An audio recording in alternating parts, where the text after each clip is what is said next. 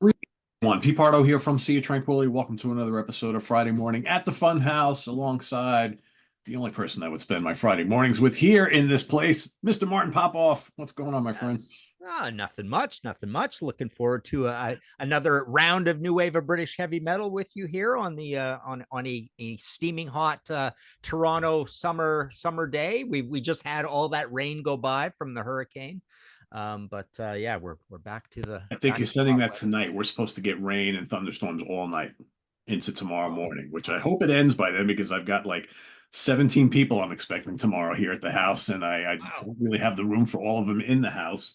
Yeah, I'm yeah, hoping we can spend it outdoors, but the weather report looks like the rain and all the storms are going to be done by the time everybody gets here, which is good. But yeah, it's been hot, man. Oof, yeah, yeah. No kidding, no too kidding. hot, too hot.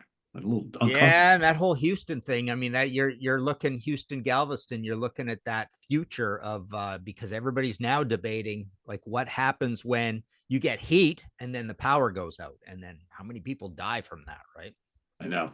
So Yeah, it's not pleasant. I remember when we had some storms here a week and a half ago and we lost power for 18 hours. mhm. Uh and thankfully that day wasn't the hottest day that week because I can only imagine what that would have been like. So, but yeah, no good, no good. Anyway, we're visiting the new wave of British heavy metal once again. We're on this new wave of British heavy metal binge for the last couple episodes, and we got one more to come next week. So we'll talk a little bit about that at the end of this episode. But right now, what we're going to do is we are going to take a look at those years, 1979 to 1983, which is basically the timeline of the new wave of British heavy metal. And we've each picked out our top three favorite releases from each year across any of the bands who released anything from this kind of movement. And we will have some repeat bands and albums showing up that we've talked about recently. We hopefully will have some new stuff here that we haven't really talked about. And then next week will kind of be an extension of this. So Martin, I don't know if you want to give us any kind of other lead into this before we get started with 1979, which is a challenge. 1979 is a Yeah, weird year. exactly. Yeah, this is a bit of a trilogy of episodes, I suppose, and then it's going to overlap a little bit with next week as well. But yeah, this just kind of came off the top of our heads as an interesting thing. Rather than just a straight ranking, it's looking at it by year, and then 79. It's interesting. A lot of people will leave out 79, and then a lot of people will put in 84. I mean, I did I still have these available. The New Wave of British Heavy Metal trilogy books, and I go up to 1984 in these books. One of these is just straight reviews, and the other one is just whole timeline and quotes. But I wanted to include 84, and I feel it sort of goes that way as well. But I've had pushback over the years where people said 84 is going kind of too far on it. Anytime you put the word new in a genre, it's like new metal. When is it not new anymore, kind of thing, right? Exactly. Yeah. Yeah. Yeah. So yeah, 79 is a funny one. And I'm sure we're gonna get some overlap here, but I started with Bomber, Motorhead Bomber, as my number three favorite album from 1979. And again, we That, have this that, debate. What's that's that? over. That's overkill, you held Oh, it. sorry. What am I doing here? Oh yeah, there's my Bomber. Yeah. Okay. So there's my Bomber. October 1979 for Bomber, right? So this is the second album that they put out in 79. And again, we get that debate going again, whether the idea is does Motorhead belong? They did have an album in 77, but they really get going here. They're on bronze. They look very new wave of British heavy metal. And this is the one that's a little bit put down of them. It's considered, I suppose the idea here is maybe the excitement level of the discovery that you get, on the Crude Blueprint album through to Overkill, which is the Becoming album. And then this is mine is on the blue vinyl, right? And people thought this, in a way, I suppose this is missing a tiny bit of the, what would you call it? Not exactly the bottom end, but the lower end of the mids maybe is missing from this album versus Overkill. So that is my number three, and from Bomber, sorry. And next is Overkill, March 79. So yeah, this is the one where I I semi-famously, at least in my mind with my story, I remember seeing this in the store and I leapt up and let out a whoop and almost hit my head on a low wooden beam in this cool hippie head shop when I saw this. But absolutely super crazy heavy album, certainly for 1979. And then my number one favorite, October 79 again, so same year as Bomber, is Gillan, Mr. Universe. Love it to death, the second Gillan album. And this is another band where we could have a debate whether they belong in this whole thing at all. Ian Gillan obviously has a long history back to kind of the late 60s, I suppose, and then the whole long Deep Purple thing. But we've got John McCoy on here, and John McCoy figures as well on Samson. Samson Survivors. He's the producer. He's not the bass player on it. Chris Elmer's the bass player. But speaking of 1979 and what else you could possibly put in here, it's basically the Samson Survivors album from June 79 and Saxon from May 79. But this is an absolute barnstormer. It's a masterpiece, especially the song Mr. Universe. I just love Mick Underwood's snare work on here, Rollers, so many heavy songs on here, Colin Towns on here. Such a great, interesting, we've talked about the new wave of British heavy metal bike wheel, and these guys for the reasons of being, ragtag guys who aren't particularly new wave of British heavy metal and with an older history coming together, creating this new incendiary sort of band. And then the sound itself is kind of well off what we consider with new wave of British heavy metal. I always call these guys sort of the punk Deep Purple, right? Or the Doorsy Deep Purple, Doorsy punk heavy Deep Purple. So that's those are my first three, and I have a feeling they may be coming up again. So yeah, I mean, 79 is the tough one here because quite frankly, as contentious as Gillan and Motorhead are to include in this whole movement. I mean, Martin and I have made the case many times in previous episodes that we think they fit quite well. There's a lot of people who argue against it, but in 79, right, you got that debut Saxon album, which I don't think is all that terrific, and you got that Samson album, which is not really all that terrific. So it wasn't hard for me to go number 3, Bomber, as well. Yep. Number 2, and Martin and I did not compare notes here, Overkill, and then Gillan, Mr. Universe at number 1. To me, I think these two bands fit very well, other than the fact that there is a history before. You look at, I made this argument with someone in the comments on last week's episode that Motorhead were around way before and formed way before all these other bands. But when you look at like Saxon and Maiden and Def Leppard, they all formed around 1975, 76. So then, Gillan formed, what was that? 78 did the Gillan band? I'm trying to remember exactly when did the Japanese album come out? Yeah, so it's a 78 album. Yeah. 78 album. So, and really that band really formed right around that time. So, granted, Gillan's got a lot of history. Lemmy's got a lot of history before, but these were brand new bands. It's not like trying to lump Judas Priest in here, right? Because I think Judas Priest, you can't make that argument because Judas Priest were an active band in the late 60s. They've got all those albums leading up to 1979. So, doesn't really make sense there. But to me, from 79, from any group in this discussion or any groups, I think these three are obvious picks and the right picks. So back to and you. It's pretty amazing. I mean, I think people would be surprised that we both picked a Gillan album over something as classic as Motorhead Overkill, right? So yeah, I mean, that's just how great the Mr. Universe album is. It really is. Yeah. And it's just such a great band too. And Bernie Torme just coming into his own right off the bat as a guitar hero. And yeah, it's just great. It's as great as Overkill is. And I thought very long and hard about which one to put at number 1 in this little grouping, but it's not by much. I think Bomber is the distant third in this trio, I think, but the Mr. Universe and Overkill are both amazing albums. Yeah, cool. All right, so 1980 is our true sort of starting year in a big way where it really comes together. You get the sort of the forging of the term.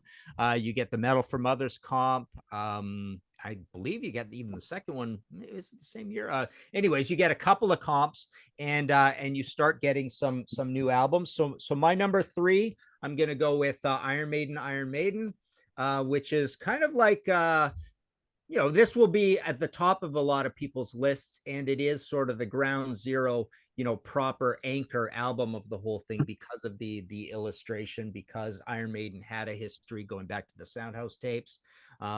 So this is a band that was well on their way in 1979 already, but we do get this album. There was a lot of buzz about them. It's coming out on a major label. So basically, the major labels are sniffing around and getting into this stuff. So we've got EMI in here. The major labels are in on the comps as well. So yeah, I'm going to go with that. April 1980. Quartz Stand Up and Fight, which I don't have a physical of anymore. I've got my Quartz anthology out here. Always love Stand Up and Fight to death. The album cover is also this new era of illustration. It looks like a Molly Hatchet album cover with the warrior on it, or Nazareth Expect No Mercy. But it is so exquisitely recorded. You've got the great vocals of Mike Taffy Taylor, who died in 2016. It just sounds like an absolutely big budget, expensive, super professional album. This band has a little bit of a funny past. They start as Bandy Legs. They're from Birmingham. They're kind of coming up in that Black Sabbath, Tony Iommi, I want to be in management sort of system. Jeff Nichols is in the band. Their first album is just called Quartz Quartz. Or it later came out as Deleted, and it came out in a paper bag. And it had an absolutely groundbreaking heavy song on there called Mainline Riders, but that's 1977. So this is a band that has that kind of weird, complicated past. They got the Quartz live album, which is weird bits and pieces and some singles, but it all comes together perfectly. There you go. Yeah. It absolutely comes together for this album. This is where they move off of a minor label logo and onto MCA. So this again is proof that the major labels are getting involved in this. But yeah, you've got the absolutely amazing title track on here. Charlie Snow is really cool, much better than its title. Stoking Up the Fires of Hell. Like, what a great new wave of British heavy metal title. And again, the riffing is just incredible on this. Questions. You've got Wildfire on here, which is it really kind of rips off the Megalomania riff. But the whole album is just right through, very professional, great vocals. And then after this, all they did is like one more album. They've reformed and they've made good music later, but they had this Odd Against All Odds album where they're demoted back down to a minor label. But yeah, that's my number 2.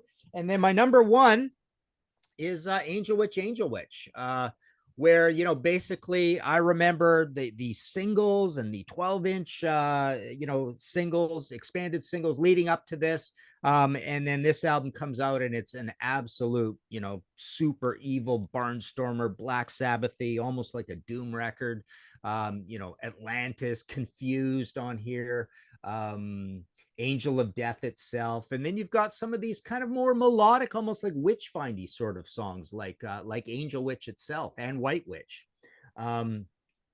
Free Man, I believe that's kind of a mellow one on here. Sweet Danger's a little bit in between. The great Kevin Hayborn, there's a shot of the band there. But yeah, so this is one where I've always argued that, for one brief instance, I always compare it to that Megadeth Metallica story, right? For one brief instance, it's almost like there was more excitement, at least in the underground, about this band than there was about Iron Maiden for a moment, right? And really, this is on bronze. It's not as you don't feel like the personality as much, or the charm of this record. It's just really, really good and evil and heavy and imposing. So when I say excitement, I think there's still, on various levels, there's more excitement about Maiden, but I think we all felt that this was the better record than Iron Maiden at the time. So that's my 3, 2, 1 for 1980. Well, yeah, that Quartz is a good pick. That's a really strong album. Like that. That's actually 1980 is a really good year for this movement. A lot of really good releases. I'm going to go number 3. I'm going to go Diamond's Head, Lightning to the Nations. Mm-hmm. So white, you can't even see it, right? Yeah. Their best album. They've got other good albums, and they're a band that's still going today. But I think the influence of this album is huge. Certainly to Metallica, right? But lots of other bands that would perpetuate the thrash movement here in the States. great songs on here. Title track is great. Am I Evil, of course, is legendary song. It's Electric. Helpless is another great song.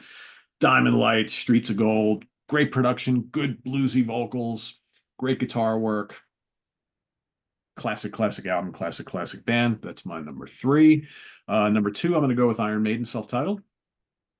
Here's where it all starts. I still think this is a pretty damn terrific album. It doesn't quite have the production of the ones to follow, but I still think there's some just fantastic songs on here.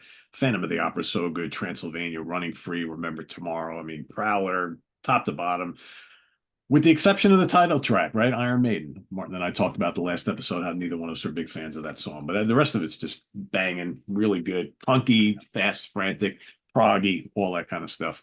And then my number one, I got to agree, Angel Witch. Yeah, I think it's a real shame when you think about it that after this banger of a debut, a band that probably could have been, maybe should have been as big as some of the other ones, band just kind of fizzled out, right? And thankfully, we've gotten some really good albums from them much later in their career.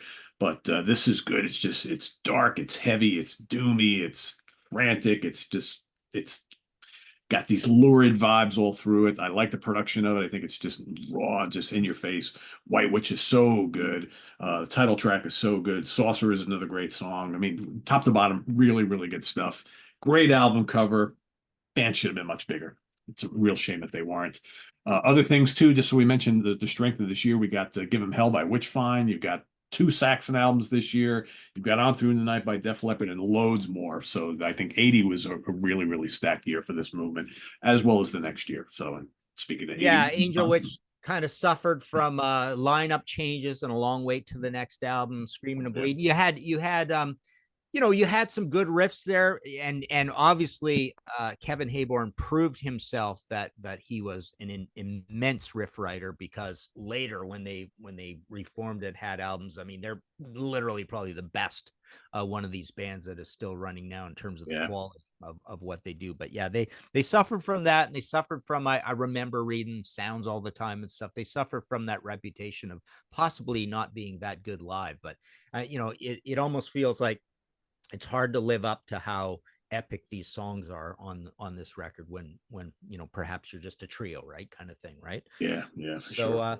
and Diamond Head, it's funny, those guys, there was a lot of buzz and excitement about them, and it's almost like a different level or a different kind of buzz from Iron Maiden. Iron Maiden's more like this could be a groundswell massive cult band, and Diamond Head, it was like they were considered like the next Led Zeppelin, right? They could be just a world beating band.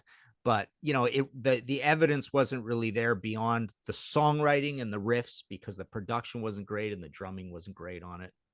And then they kind of dissipated for Borrowed Time in a weird way, and Canterbury was kind of proggy. Yeah, they were never going to live up to that debut. That's the shame. But I think Borrowed Time has some moments of greatness, and Canterbury, like you said, is kind of a weird album, and it doesn't really fit in with the rest of them. So yeah. All right, 1981. Let me see. So we start at number 3 with Gillan, Double Trouble. Can't get enough Gillan, so here we go. We're doubling up on Gillan with Double Trouble.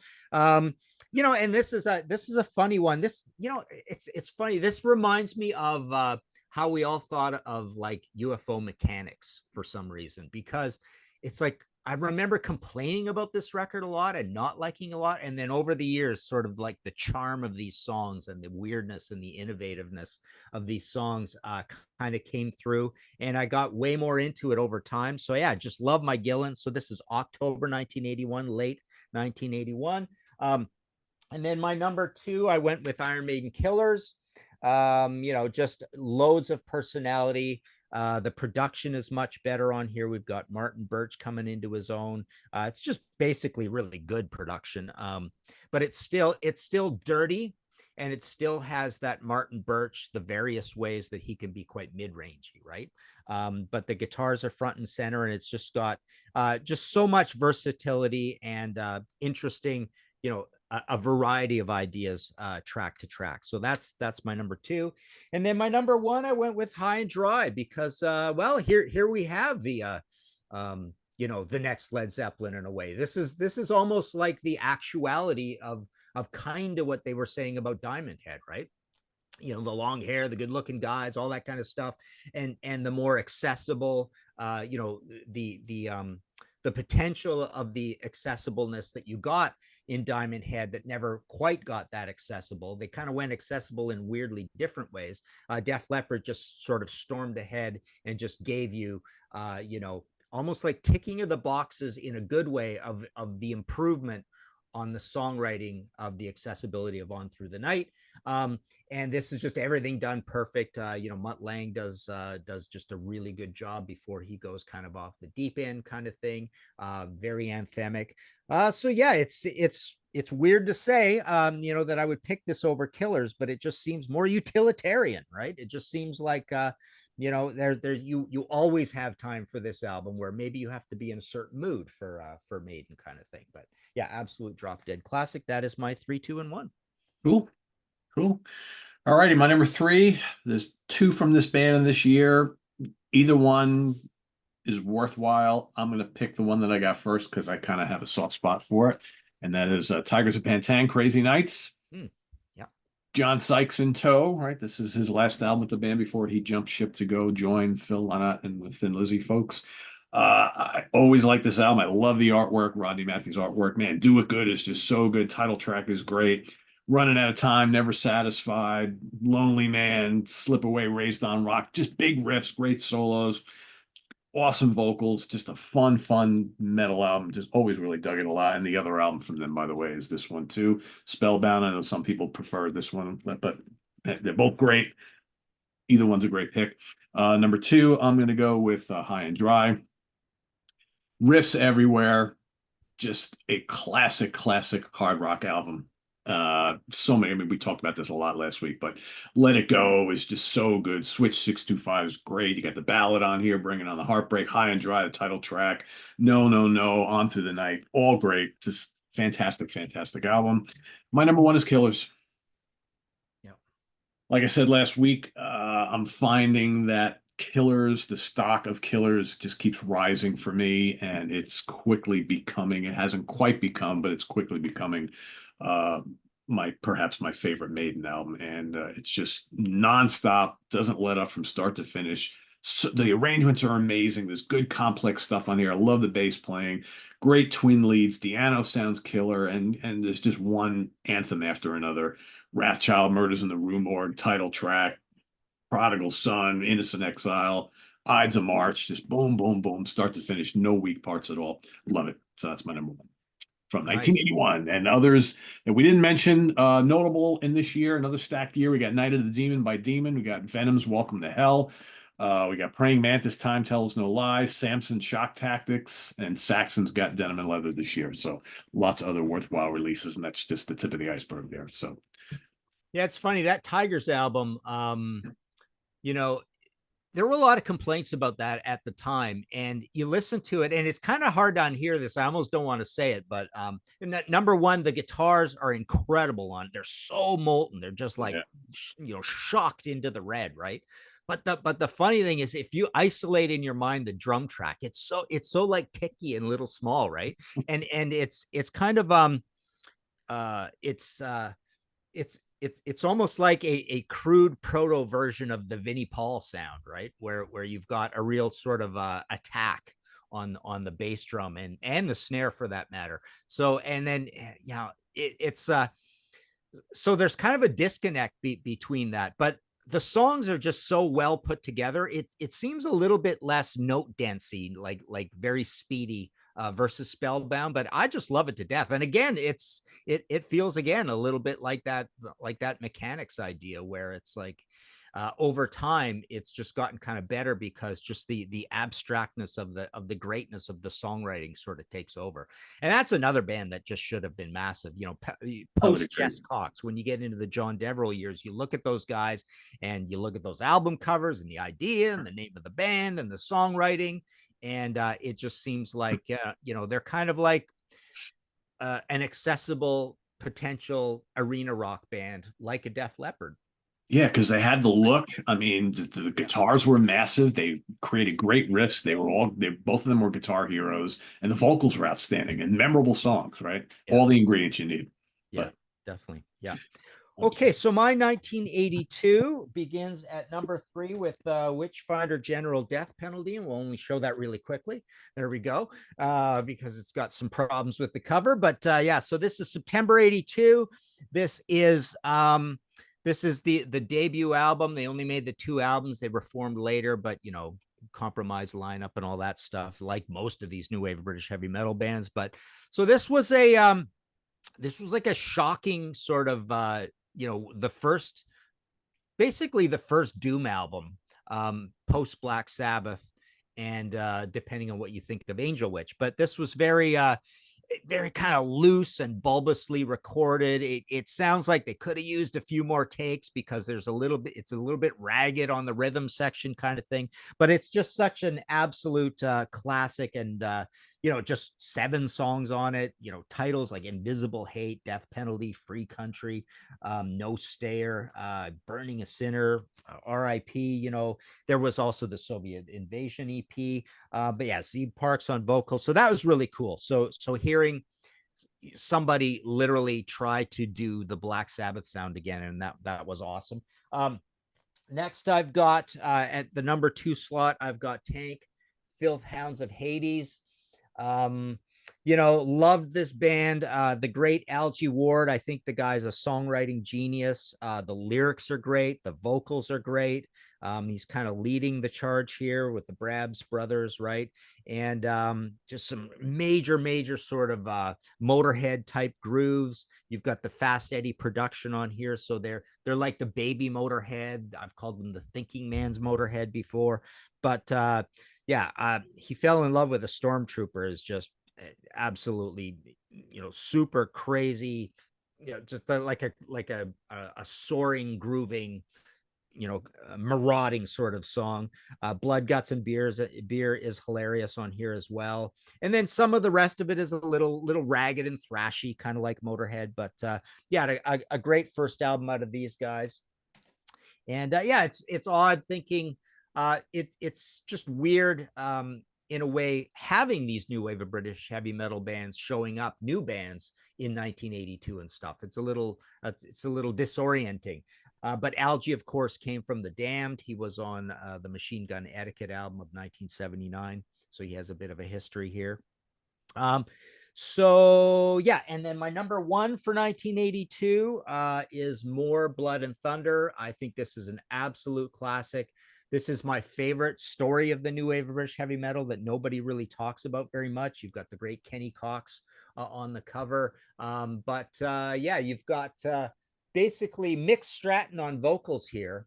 There's a little bit of almost like a Graham Bonnet kind of feel to the guy, look wise and even vocally. He's just got this amazing voice. We never kind of heard from him again. And this album is, again, I would say it reminds me of a little bit of that great potential that you have in terms of being a possible arena rock band. It's a little bit in that top level Tigers of Pantang range and Def Leppard High and Dry. But I almost feel like performance wise and even production wise and even just the chemistry of the band, this is the better band of all 3 of those. Only for this album, because I don't like the Warhead album particularly very much with Paul Mary O'Day on vocals, but this thing, just like Killer on the Prowl, I just can't believe it. So heavy, so cool. Trader's Gate, the riffing is really cool on here. You've got the instrumental, the eye on here. Rock and Roll is the one kind of like party rocking sort of song on it. But this is just solid, absolutely committed new wave of British heavy metal. So that is my 3, 2, and 1. All right. Most people notice there's one glaring omission from Martin's list, right? Absolutely, yeah. All right, Martin, hold that Witchfinder General album, Death Penalty, up real quick. That's my number 3. Bing, boop. Yeah, I mean, I really dig both of those Witchfinder General albums from right around that time period. It's funny how, like, as time goes on, they're listed and have long been categorized as, of all these bands, like one of the few doom bands in this whole scene. But the more you listen to those albums, I'm like, I think they draw more from like Heaven and Hell era Black Sabbath than like Ozzy era for me. I don't know, because I think a lot of the tempos are a lot faster. There's not a lot of real slow dirgy stuff on there, but it's got that Sabbathy vibe. But I think a very influential band and some great songs on there. I like that there's only, a limited amount of tunes on there, and they're all kind of somewhat lengthy but not too overblown. Uh, Good riffs on there though. Barnstorming riffs, and yeah, both albums are really good. Before we move on, we should mention a good buddy of ours, Monty Connor, with his awesome Facebook post that he I does saw where that he's recently. comparing Yeah. things. Yeah, so he took the next album, Friends of Hell, and what he does is he kind of sources and figures out like the ancillary pieces, the photography wise, and Cover so art. he's Yeah. got a picture of that church that they Yeah. used on there. The same way, he's done one of the bluish occult on your feet or on your knees church, right? Yeah. Yeah, I love those posts. They're so cool. They're great because you get to see like them bare and naked and how they actually sit out there in the Y in the world, and Yeah. not with everything else that's dressed up to make the album cover. And it's always cool to see. It's like, oh, that was a real place. And yeah, there it is. So yeah, I did see Yeah. that the other day. It was pretty cool. Yeah. All right, my number two is going to be Venom's Black Metal. Yeah. Barnstorming, heavy, out there album. Whether these guys fit in this scene, I think they kind of do, right? Because they just kind of burst on the scene right in the middle of all of this. And even though their music is way heavier and more extreme and satanic and all that kind of stuff, I think that it's a perfect fit for what was going on this time. I mean, just Raise the Dead. The title track is so good. To Hell in Black, Leave Me in Hell, Heaven's on Fire. Countess Bathory might be my favorite Venom song of all time. It's dirty, it's grimy, it's production's just lo-fi, and the musicianship isn't great, but who cares? It's Venom, and it's just a classic early extreme metal album. So that's my number two. And I'm going to go with The Number of the Beast at number one. We've talked about it ad nauseum. It's got some absolute classics on here. 22 Acacia Avenue and Hallowed Be Thy Name are both the ends of each side of the vinyl, both classic. Title track, Run to the Hills, Gangland, all sorts of stuff on there. That's my number one. Nice. Okay. All right. Yeah, Venom's a weird one because I always have to constantly remind myself that the first album is 81 and the second album is 82. So they're even arriving a little bit late, right? But they also go back to 79 for I think a single or two, right? Yeah. So they've been around. But yeah, it's they're a definite outlier. Yeah. Okay, so 1983. My first one is Savage, Loose, and Lethal. I don't have a physical of this anymore, but I was actually playing it in the car the other day, and again, I just constantly play it. Yeah, there you go with the Gary Sharp Young illustration on it. Sadly, no longer with us. Yep. Ebony Records. It's got this massive molten Ebony Records sound to it, where the guitars are really upfront and distorted, and the drums are kind of redlining as well. But the most amazing thing about it is it's got actually two songs on here that anytime we're playing that game of favorite riffs of all time, right? Cry Wolf and Berlin. The riffs on here are just so cool. The Cry Wolf riff just kind of goes on, and it's got these it's got these little slight little palm muted licks inside of the riff as well. But it's got variety as well. It's got really cool kind of like 3 beer vocals on it as well. Let It Loose is a fast one on here. This was just Ain't No Fit Place is really cool as well. It's got a little bit of that gunslinging quality that Highway Child has, right? And Def Leppard has, frankly, right? And I just think it's a really cool. It's got a lot of that sort of like you can tell the band know they're really cool, right? And it's got this sort of cult feel to it, and just this vibrancy where again you can almost feel like it's got that the songwriting is so good that there's that potential of a Diamond Head or a Tigers of Pantang or a Def Leppard, but you could tell like commerciality means nothing to them. They're just going to redline everything, and just they want to stay in that heavy metal realm and let you sort of figure out later that these are kind of accessible songs, They but they're are. just recorded with so much dirt that you're never going to think that about them. So that's what I love about it. This album is just dripping attitude, man. It's just Exactly. That's a perfect way of putting it, right? yeah. And oddly enough, my second choice kind of feels a little bit in that same sort of realm, but with a slight difference. Grim Reaper, See You in Hell.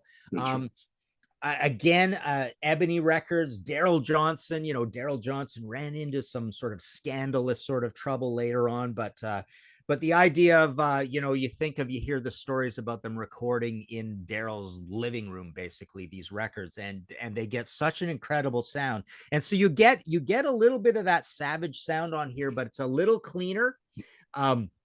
But it's got that same sort of really good songwriting, but here it's almost like a little more face forward. There's a bit of a punky attitude, a little more melody. You've got the amazing personality out of Steve Grimmett as a vocalist on here. Nick Bocott went on to be a big figure in the guitar industry, actually. Yep. But such a great evil looking album cover, See You in Hell. And then the back cover is even more evil. Like, that's almost as good as a Venom album cover, right? Yeah. Or a Venom back cover, right? But the songs are here, man. This is really full of song. Dead on Arrival, Liar, See You in Hell. Those first three songs, there's just not a lot going on in them. They're just really well put together chord sequences, right? And then you put this recording with all this atmosphere on it, and then you put that the great personality of Steve Grimmett, sadly no longer with us anymore, on top, and I got to give credit again to Daryl Johnson and the production that he gets on all these Ebony things, all those bands on all the Ebony samplers, the Metal Maniacs things, right? And some of them called Metal Maniacs. Anyways, there's a bunch of them, and then there's a bunch of Ebony bands that most of them really do have all of that, all of that sound. And this one also sleeve design Gary Sharp Young again. So yeah, very cool. So yeah, that goes with that. And then I shocked, but I don't have a physical of Peace of Mind. That is my number one for 83. And again, this is my favorite Maiden album. I think it all comes together. All the personalities, all the pieces are there. You've got Adrian Smith, you've got the new drummer. And the production is great. One of Martin Birch's greatest productions. You've got great variety throughout all the songs. I think someone in the comments was putting down Sun and Steel the other day. I love Sun and Steel. I love Flight of Icarus. People don't talk about Flight of Icarus anymore very much, right? Die With Your Boots On, right? It's just the famous songs, Trooper and Where Eagles Dare, which are great. But yeah, Sun and Steel, I love it. So I think there's great variety on this album. It's very soberly recorded. It's got just good, solid, sensible bottom end and sensible tempos. I think it's just a masterpiece, well put together. So that comes in the middle of the year, May 83. So there you go. That's my 3, 2, and 1. Yeah. Before I forget, I didn't mention a couple of other things from 82 that are noteworthy. We mentioned Diamond Head Borrowed Time, The Unexpected Guest from Demon, and one of my favorites from the year is Pagan Altars, Judgment of the Dead, also called Volume 1 at the time. So, yeah, and that's along with Witchfinder General, one of the other few bands who kind of do this kind of doomy type of thing during this time period. So, all right, so on to 83. So my number 3 is Satan Caught in the Act. I've said this a million times here on the channel over the years. If the name of the band bugs you, overlook that, because if you like first 2 Iron Maiden albums, chances are you're going to like this. Very, very similar. Lots of twin lead guitars, great vocals, anthemic choruses. They also do a little bit of the kind of speed metal mixed with prog metal type of thing early on. Brian Russ is just such a great singer and is just great guitar work. I mean, Russ Tippins and Steve Ramsey, so good. But then you got songs like Trial by Fire, which is terrific. Broken Treaties, Hunt You Down is awesome. Into the Fire, top to bottom, great stuff. Ironically, though, kind of like the same thing with Angel Witch.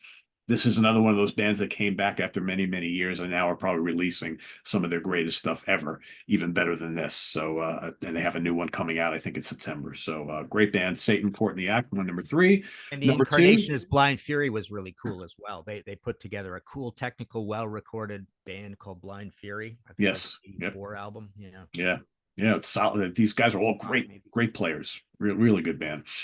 Number two is Savage, Loose and Lethal. For all the reasons you stated, the guitar tones on this are just absolutely ferocious. It's like that first song, man, it just hits you like a juggernaut, and just no denying it throughout the whole thing. It's such a in your face, full of fire, piss and vinegar, ferocious guitars. Uh, but like you said, I mean, the songs are really memorable. And it's like, I think like out of a lot of these bands, I mean, most people probably like Savage, never heard of them before, but I think they had the potential to be a much, much bigger band. But like you said, they probably didn't give a shit. They're like, we're just going to play the music we want to play and whatever. But man, that's a amazing, amazing album. That's my number two. And then Peace of Mind is also my number one. Yeah. Classic Maiden right here. I agree. I think everything really came together here. It's got the big epic, The Tame of Land. It's got, Flight of Icarus and The Trooper, the anthems, Where Eagles Dare. Again, the great drumming on that. Just such a killer song. Revelations is good. Die With Your Boots On. Sun and Steel, I like quite a bit. Still Life. Even Quest for Fire that everybody makes fun of. I even like that as well. So that's my number one. Wicked. Yeah, so I mean, next week I think the cool thing about next week will be, we'll try to bring up some new points about some of these albums, and there'll be some different albums in it. But I think the cool thing about it is we'll get an actual proper ranking that you can put up against the other ranking. And people asked for it, right? People said like, what about these other bands, sort of thing. And I noticed that the other thing that a lot of people said is that Tigers of Pantang should be in the big four, right? Instead of one of those other bands, right? Because they were fairly prolific. But yeah, I mean, if we drop out, if we take Motorhead out of the equation, would they be the next choice? Probably, I would think, right? Yeah. Or So what Diamond we're Head. going to do, and Martin, maybe it makes sense we do 20 instead of 15. I know we talked about 15, maybe 20 makes more sense. Okay. So what we're going to do is we're going to take Motorhead, Def Leppard, Iron Maiden, and Saxon out of the equation. Because I think we even did a couple of years ago, we did a top 10 and it was littered with all those bands. So now we're going to do probably either a top 15 or top 20 new wave of British heavy metal albums from this time period that does not include those four bands who we've already talked about a lot. So that's going to open it up for a lot of these lesser known bands, and there's a lot of really good albums here, and we're going to rank them as we like them. So that's coming up next week, and that will be our little goodbye to the new wave of British heavy metal for now. I don't know what else we could possibly do after that, right? It's just like, Yeah. Funny. All right, get us caught up on what's going on over in your neck of the woods there, as far as books and contrarians and podcasts. What's coming up? Yeah. So the podcast episode of History in 5 Songs that just dropped was called Genesis and the Worst Year in History. So that's about a shelved Genesis album, all about the year 536. And then I had Genesis on the brain because I'm working on the Genesis panel books right now that you are part of. The next episode that drops in a couple of days will be called Peter Gabriel Makes Everybody Better. I think that's what I called it. So yeah, it's about the Peter Gabriel effect on prog, kind of thing. We did a Contrarians Q&A yesterday, I believe. So that'll be coming up. And then we did the album covers one, and books wise, you can just go to martinpopoff.com for all that stuff. Of course, we also have the podcast that I do with John Gaffney called Kicked in the Teeth, an AC/DC podcast. No new books right now. There's a bunch of stuff coming before the end of the year, though. Yeah. Cool. Sounds good. What do we got coming up here? We got Ken Golden coming in just a couple hours for Professor's Picks. We've got tomorrow the UK Connection. Simon and Stephen and I are going to be talking about some albums that we know that most people think suck, but we love them anyway. That's coming up tomorrow. And then Sunday, Rick Labonte and I will be ranking the solo albums of Sir Paul McCartney. So the Paul McCartney solo catalog, all 15 albums. We're not including the 2 covers albums and the soundtrack album, but everything else is up for grabs. So that's coming up on Sunday, and then in the prog seat on Tuesday. So that's what's happening. Tune in next week for our last part for now on the new wave of British heavy metal. And we'll see you then. Visit us on the web at www.seatranquility.org. We're on Facebook. We're on YouTube all together. all the damn time. Please subscribe if you haven't already and click on that notification bell so you get alert of all of our content as it posts. And please do hit the like button before you leave. Make sure to check out all of Martin's links as well. And we'll see you next time. For Martin Popoff, I am Pete Pardo. Enjoy your weekend, everybody. Take care. Bye-bye.